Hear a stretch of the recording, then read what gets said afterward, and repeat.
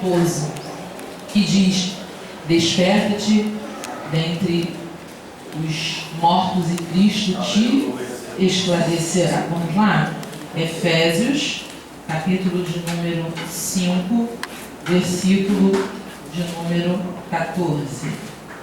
E eu glorifico a Deus porque a palavra que veio ardendo no meu coração já até foi citada aqui. Eu gostaria de traçar um paralelo com a palavra de Efésios 5,14, que diz: desperta tu que dormes e levanta-te dentre os mortos e Cristo te esclarecerá. E vinha ardendo em meu coração o texto que está registrado em Apocalipse. Você pode abrir comigo? Em Apocalipse, capítulo de número 3, acabou de ser citado aqui esse texto dentro da encenação que fora feita, o livro da Revelação, o livro do Apocalipse, capítulo de número 3. E eu louvei ao Senhor pela testificação. Significa que Ele está em nosso meio e quer falar da Deus. Aleluia, glória a Deus. Essa é uma carta escrita a uma das 7 igrejas da Ásia, a igreja de Laodiceia. Repita comigo: Laodiceia. Laodiceia. Você encontrou Apocalipse 3,14? Amém? O texto sagrado diz assim: ao anjo da igreja que está em Laodiceia, escreve: isto diz o Amém, a testemunha fiel e verdadeira, o princípio da criação de Deus. Eu sei as tuas obras, que nem és frio nem quente. Oxalá foras frio ou quente. Assim, porque és morno e não és frio nem quente, vomitar-te-ei na minha boca. Como dizes: rico sou, e estou enriquecido, e de nada tenho falta, e não sabes que és um desgraçado, miserável, pobre, cego e nu. Aconselho-te que de mim compres ouro provado no fogo para que te enriqueças, e vestidos brancos para que te vistas, e não apareça a vergonha da tua nudez, e que unjas os teus olhos com colírio para que vejas. Eu repreendo e castigo a todos quantos amo. Sê, pois, zeloso e arrepende-te. Eis que estou à porta e bato. Se alguém ouvir a minha voz e abrir a porta, entrarei em sua casa, com ele cearei e ele comigo. Ao que vencer, lhe concederei que se assente comigo no meu trono, assim como eu venci e me assentei com meu Pai no seu trono. Quem tem ouvidos, ouça o que o Espírito diz às igrejas. Vai no amém? Amém. Você pode se sentar glorificando o nome do Senhor? Obrigado, Jesus, tu és fiel. Eu já quero tributar a Deus toda a glorificação por essa oportunidade de estar aqui junto contigo. Agradecer às nossas irmãs por terem se lembrado de mim. Deus continue dando crescimento a esta casa, fazendo-os prosperar, que as tendas se alarguem para a glória de Deus. Amém? Ao tecladista, eu digo que não sei se faz parte da liturgia tocar durante a pregação, eu não me incomodo. Se quiser, amém. Tem pregadores que se incomodam porque acaba atrapalhando, né, o andamento da palavra para eles. Eles se ligam ali no que está sendo tocado e não conseguem, né, continuar ministrando. Tem pregadores até que pedem para parar, mas a mim não incomoda. E eu creio que o Espírito Santo tem uma palavra aos nossos corações. Amém. Glória a Deus. Quando eu leio a carta aos Efésios, a epístola aos Efésios, propriamente neste capítulo de número 5, que foi o tema proposto, eu entendo que existem 2 tipos de crentes dentro desta igreja: crentes que estão dormindo e crentes que já estão mortos. E o que me chama a atenção é que não está diferente nos dias de hoje. Como foi feita a encenação aqui, muitos são aqueles que estão sofrendo, muitos são aqueles que estão padecendo, e enquanto isso, muitos que se dizem servos do Senhor, que se dizem igreja do Senhor, ou está dormindo, ou já está até mesmo morto. E quando eu estava sentada ali e a encenação estava acontecendo, me veio algo à mente, e eu creio que foi o Espírito Santo abrindo o entendimento, de que esse despertar ele virá através de um processo. Vamos lá, nós quando estamos dormindo, existem aqueles que dormem muito bem. Existem aqueles que mal estão encostando no sofá, mal estão encostando na cama, já vai encostando dormindo. Esses são bem-aventurados. Porque a grande maioria hoje só está conseguindo dormir se tomar aquele remedinho para tirar a ansiedade, para conseguir relaxar. Porém, existe aquela classe, e a grande maioria dos homens faz parte desta classe, de que dorme com muita facilidade. São poucos os homens que sofrem de insônia. Existem aqueles que sofrem, mas é a minoria. A maioria das pessoas que tem problema de dormir, para dormir, são as mulheres. Mas não é isso que vem ao caso. Eu só quero que você entenda que quando a gente se prepara para dormir, as horas vão passando e a gente entra no sono profundo. Quando a gente entra no sono profundo, acontece uma problemática muito grande. Porque a gente está à mercê. E é necessário que a gente peça ao Senhor até mesmo para guardar o nosso sono. Porque enquanto nós estamos dormindo, tantas coisas podem acontecer. Tantos males acontecem enquanto a gente está dormindo e a gente nem percebe. É durante a noite que os piores males acontecem. E a gente pode observar que existem pessoas que têm muita facilidade para dormir, mas tem outros que têm muita dificuldade. Existem alguns que são acordados se um mosquito passar perto dele, fazendo um barulhinho, já acordou. Eu sou desse tipo. Demora a pegar no sono e se cair uma agulha eu já estou acordando. Tem sono leve. Mas tem aqueles que dormem um sono tão profundo que pode acontecer um terremoto que não é capaz de acordar. Mas pregadora, por que você está falando tudo isso? Eu estou falando, pregando nesta noite, sobre classes de pessoas que estão dormindo dentro da casa do Senhor, na presença do Senhor. Tem aqueles que têm um sono leve. Aí o Senhor traz uma profetisa, um profeta, libera a palavra profética e ele já desperta. Mas tem aqueles que o Espírito Santo falta sacudir a igreja e ele continua lá dormindo. Meu Deus. O mundo está desabando e não está vendo, não está percebendo. Acontece tudo ao redor dele, mas o sono está tão profundo, está tão gostoso que ele não consegue acordar. Está dormindo tão profundamente que não consegue acordar. Eu não sei em que nível de sono espiritual nós entramos aqui esta noite. De uma coisa eu sei, ele quer nos despertar. De uma coisa eu sei, ele quer nos alabar, ele quer nos despertar, ele quer nos acordar. Desperta tu que dormes, porque não é candarai. O Senhor quer fazer a sua glória resplandecer sobre a tua vida.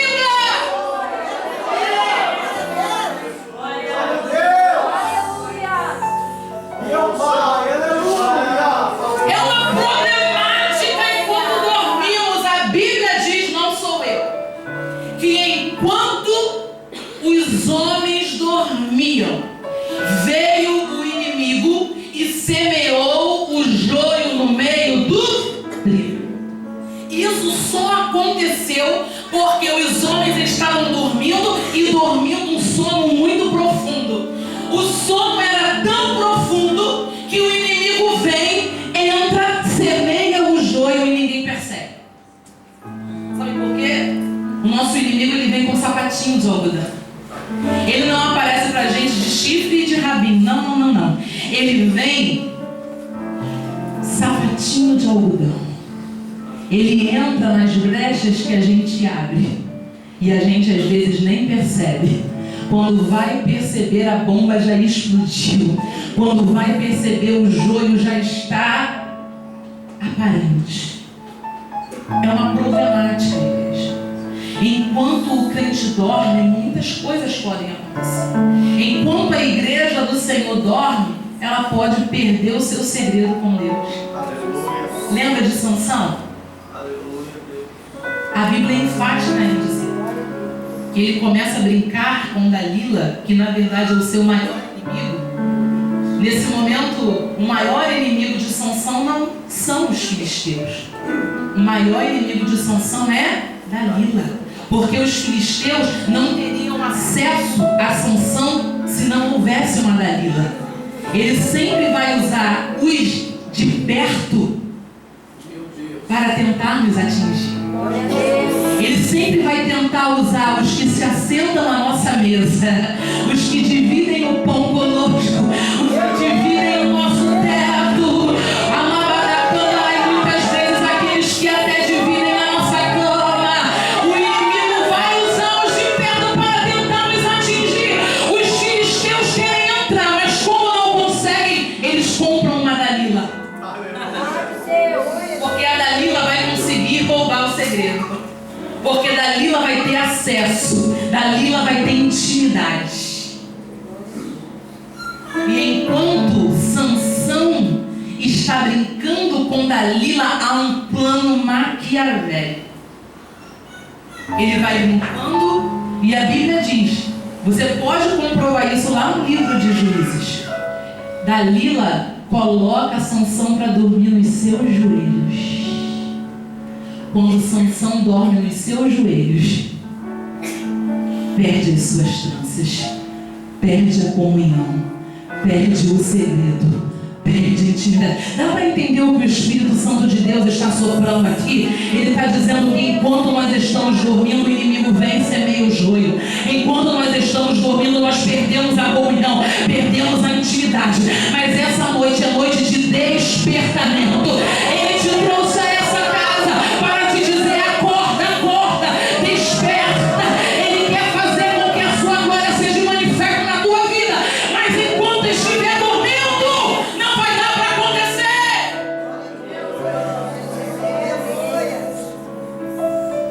É um processo. Você acorda pela manhã e você já vai levantando? Não. Você primeiro abre os olhos. Eu nem abro os olhos primeiro. Primeiro eu acordo antes de abrir os olhos. Fico um bom tempo de olhos fechados. Depois de um bom tempo de olhos com os olhos fechados, já acordada, é que eu abro os olhos. Depois que eu abro os olhos, é que eu levanto. Mas eu só acordo de verdade depois que eu tomo café. Dá para entender que é todo um processo. Tem gente querendo levantar dormindo. Tem gente que está vindo para cá dormindo, sonâmbulo. Ele está dizendo que é um processo. Primeiro é preciso acordar. Primeiro é preciso abrir os olhos. Primeiro é preciso que as escamas caiam dos olhos, para que depois você se levante, para que só depois a glória dele se manifeste na tua vida. Tem gente querendo vivenciar o sobrenatural dormindo.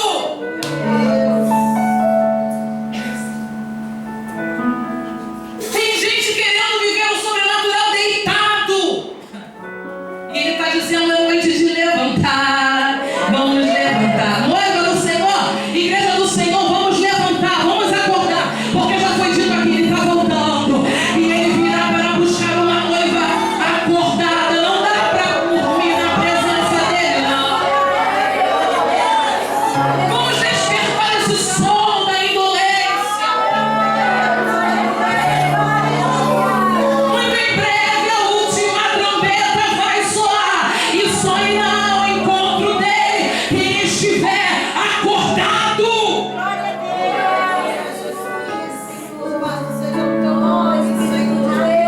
O pregador está querendo dizer que se ele vier pela madrugada e eu estiver dormindo, eu não vou subir com ele.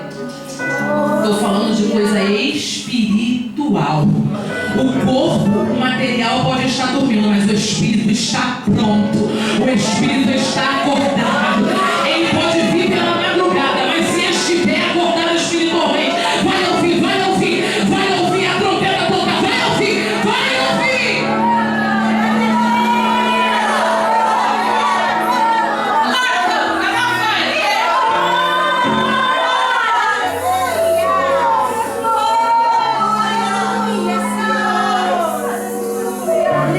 Ainda pensando nesse processo,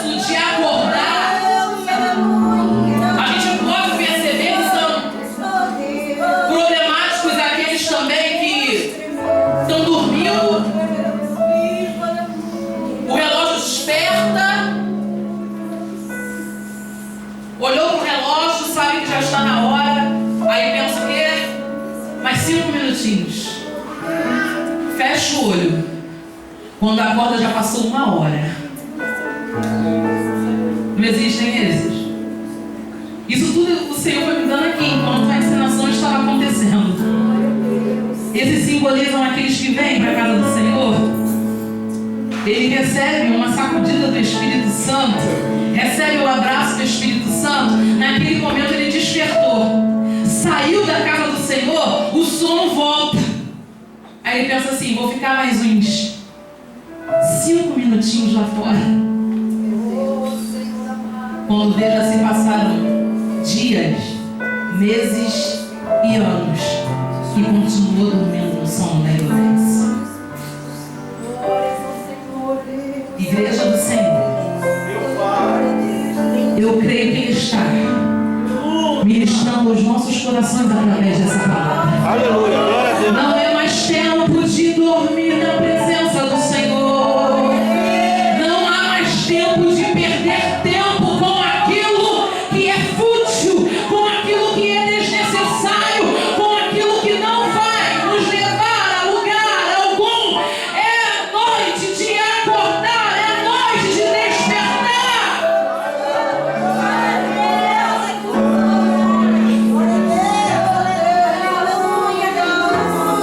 E aí, como eu disse, esse texto de Apocalipse estava ardendo em meu coração, pensando, né, nessa palavra que eu iria ministrar. Esse texto já estava ardendo no meu coração. E eu pensei assim: Senhor, esse texto é um texto tão forte. É isso mesmo que o Senhor quer ministrar naquele lugar. E a testificação aconteceu. Quando eu olho para essa carta destinada à igreja de Laodiceia, gera uma tristeza no coração. Tanto a carta enviada a Éfeso não está sendo enviada a ímpios, e nem esta carta a Laodiceia está sendo enviada a ímpios. Essas cartas são destinadas e enviadas a igrejas. Igrejas que estão mortas, igrejas que estão dormindo. E se está escrito aqui, é porque serve para mim e serve para você. Se não servisse, não estaria aqui, você pode ter certeza disso. Glória a Deus. Estamos vivenciando dias onde a apostasia está tomando conta do povo. Se você for analisar a estrutura das 7 cartas enviadas às 7 igrejas da Ásia, você vai perceber que para algumas igrejas o Senhor libera um elogio no início da carta. Ele inicia liberando as suas características. Para cada igreja ele se mostra de uma forma. E para algumas igrejas ele libera alguns tipos de elogios. Conheço a tua tribulação, sei da tua paciência, conheço a tua caridade. Mas quando eu olho para a igreja de Laodiceia, eu percebo que ele não libera nenhum tipo de elogio. Irmão, o negócio estava tão ruim lá que ele não liberou nenhum tipo de elogio. Caridade estava em decadência, amor em decadência, paciência em decadência. Estava tudo tão ruim lá que ele não libera nenhuma palavra de elogio. Ele já começa dizendo: isto diz o amém, a testemunha fiel, o princípio da criação de Deus. Eu conheço as tuas obras. E não adianta tentar fugir disso daqui. Ele conhece as nossas obras. Às vezes a gente faz algumas coisas, ninguém percebe, ninguém vê, e a gente fica triste, a gente fica aborrecido, a gente quer até deixar de fazer porque não há reconhecimento. Ele está dizendo aqui: eu conheço as tuas obras. Eu sei o que você faz no seu secreto, eu sei o que você faz no seu oculto. Porque a gente tende a valorizar muito os textos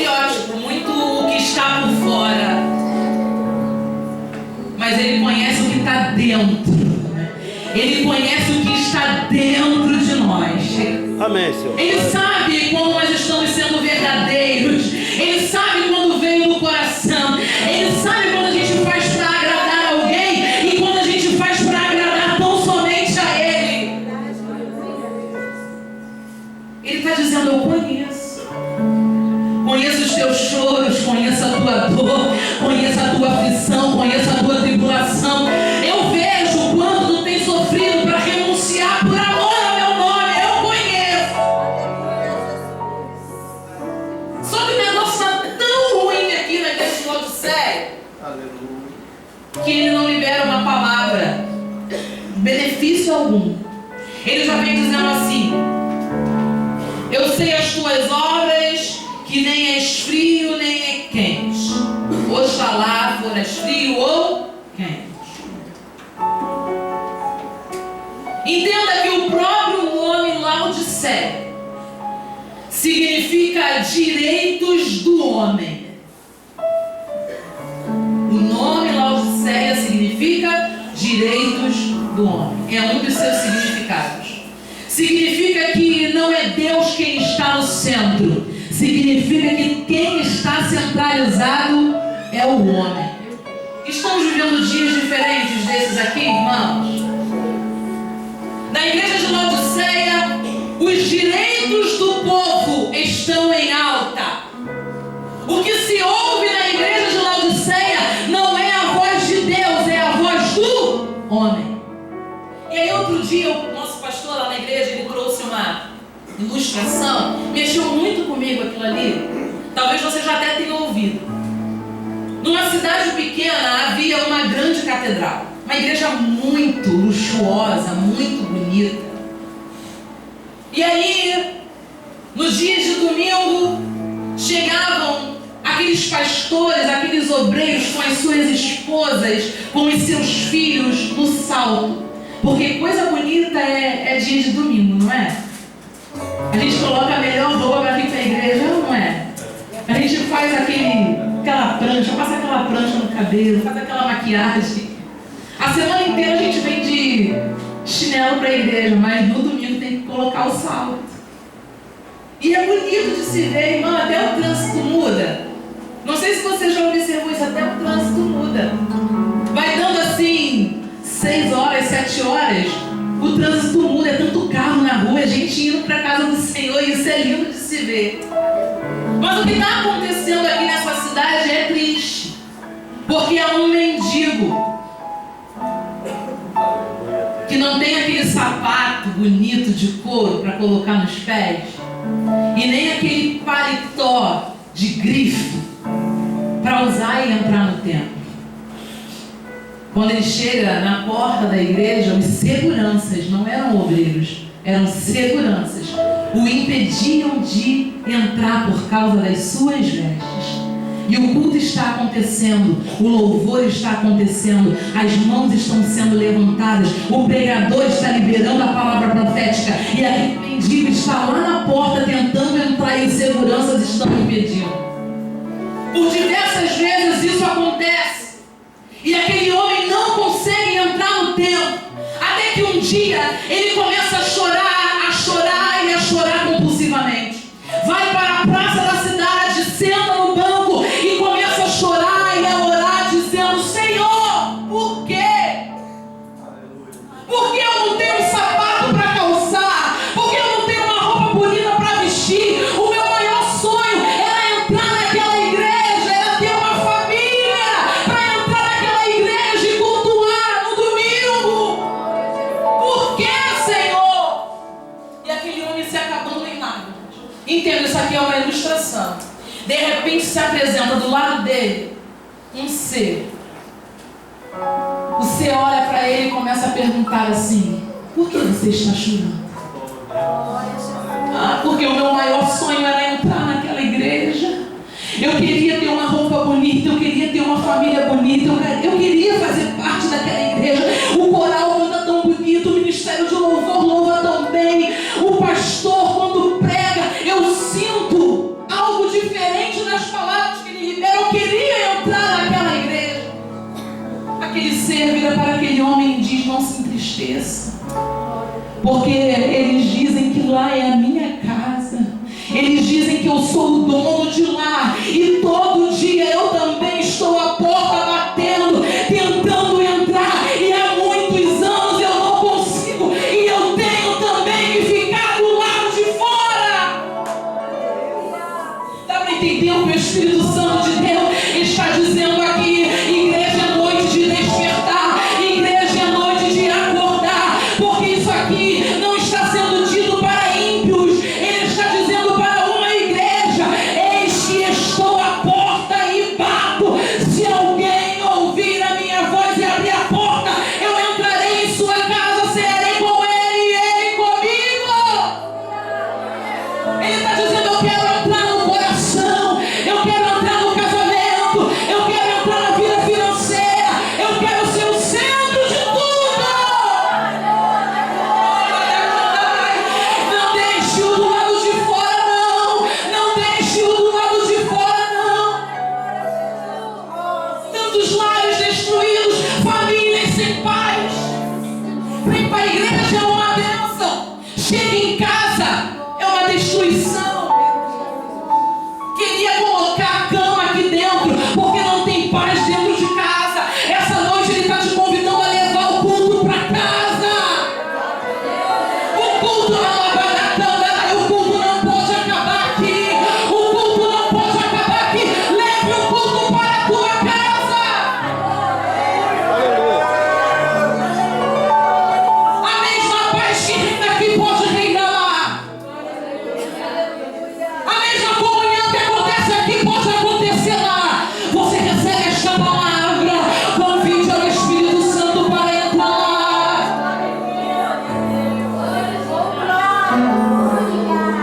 Sabe por que ele está do lado de fora?